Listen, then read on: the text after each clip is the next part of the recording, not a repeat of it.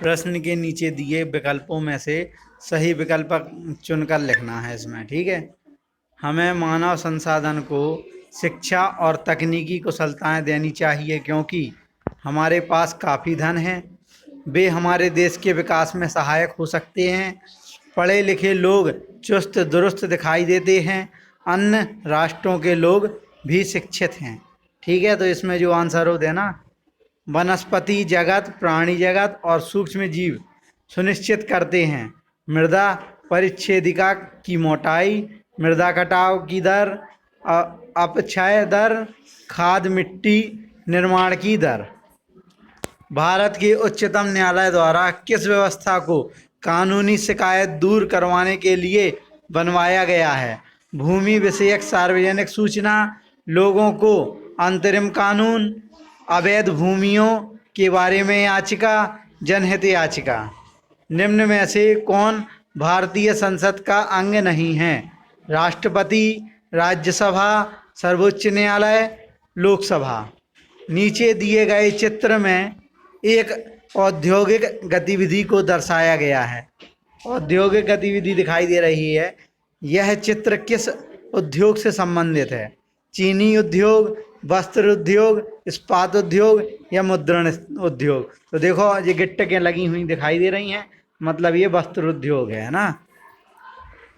2019 के आम चुनावों के लगभग 1,50,000 पेड़ों को बचाया जा सका। यह इसलिए संभव हुआ क्योंकि मतदान पत्र को 2019 के आम चुनावों के लगभग 1,50,000 पेड़ों को बचाया जा सका।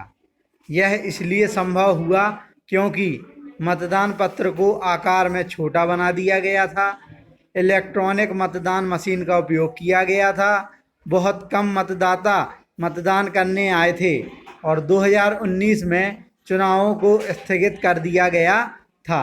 तो इसका सही आंसर जो हो उसको चुनकर लिख देना है, ठीक है। प्रश्न नंबर 7, पिछला लोकसभा चुनाव 2019 में हुआ था। यदि वर्तमान सरकार अपना कार्यकाल पूरा करती है तब आगामी लोकसभा चुनाव कब होंगे? तो जो पिछला अगर 2019 में हुआ था तो 5 साल बाद होते चुनाव के नहीं होते, तो 5 साल बाद आगामी चुनाव कब होगा? 2024 में, 2025 में, 2023 में या 2021 में। तो जो 5 साल बाद जो हो उसको लिख देना, ठीक है। राजू के पास 2 एकड़ कृषि भूमि है। वह अपनी भूमि भास्कर को 3 वर्ष के लिए पट्टे पर देता है। 1 वर्ष बाद भास्कर भूमि मालिक की सहमति के बिना इस भूमि को अपने नाम हस्तांतरित करवा लेता है। किस कानून के अंतर्गत राजू मुकदमा दर्ज करा सकता है? दीवानी कानून, न्यायिक कानून, संवैधानिक कानून, आपराधिक कानून। तो इसका जो आंसर हो उसको लिख देना। ईस्ट इंडिया कंपनी का भारत में प्रारंभिक उद्देश्य था सत्ता स्थापित करना, अधिक से अधिक मुनाफा कमाना, वैवाहिक संबंध स्थापित करना, कारखाना स्थापित करना। तो जब अंग्रेज जब आए थे ना, ईस्ट इंडिया कंपनी आई थी 1600 ईस्वी में, तो उनका मुख्य उद्देश्य क्या था कि मतलब व्यापार करना था या कारखाना जमाना था या मुनाफा करना, जो भी था तो उसको लिख देना, ठीक है।